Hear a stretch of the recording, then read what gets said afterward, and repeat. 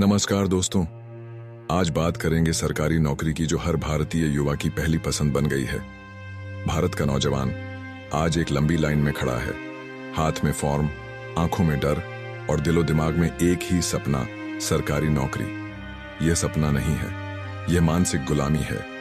एक अदद सरकारी नौकरी पाने के लिए भारत का युवा सालों तक इंतजार करता है, माँ बाप की कमाई खा जाता है, शादी टाल देता है और जब नौकरी नहीं मिलती तो सिस्टम को गाली देता है। लेकिन उसी सिस्टम का हिस्सा बनने के लिए वह रिश्वत देने से नहीं हिचकता। सरकारी नौकरी के नाम पर लोग भ्रष्टाचार को भी जायज ठहरा देते हैं।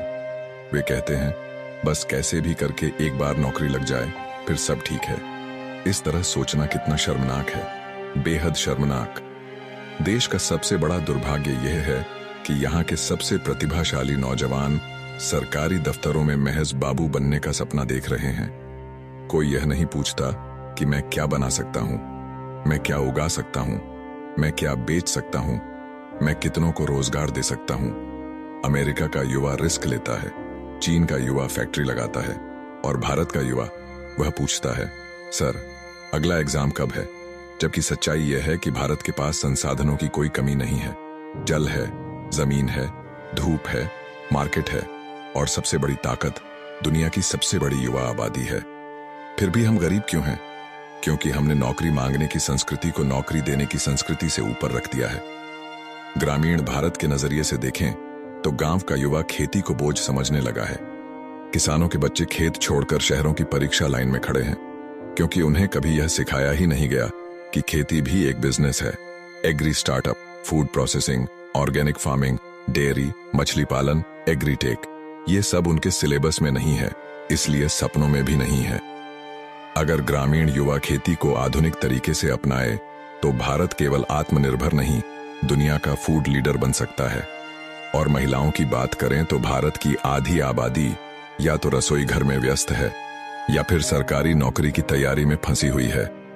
जबकि सच्चाई यह है कि महिलाएं मेनस्ट्रीम बिजनेस के साथ साथ कुटीर उद्योग को नए आयाम दे सकती हैं। हैंडलूम, हैंडीक्राफ्ट, फूड प्रोडक्ट्स, अचार पापड़ से लेकर ऑनलाइन ब्रांड तक। अगर महिलाओं को सही ट्रेनिंग और सोच दी जाए तो गांव-गांव में रोजगार पैदा हो सकता है। लेकिन नहीं, हम उन्हें भी यही सिखाते हैं, सरकारी नौकरी सबसे सुरक्षित है। यह सुरक्षा नहीं है, यह देश के भविष्य की विकास संभावनाओं को सीमित करना है। अगर हर युवा सरकारी नौकरी के पीछे भागेगा तो बिजनेस कौन करेगा, इनोवेशन कौन करेगा, निर्यात कौन बढ़ाएगा।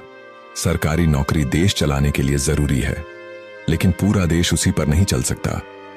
अब समय आ गया है सोच बदलने का, और यह बदलाव स्कूल से ही शुरू होना चाहिए। बच्चों को यह सिखाना होगा कि रिस्क लेना गलत नहीं है, फेल होना अपराध नहीं है और बिजनेस सिर्फ अमीरों के लिए नहीं है।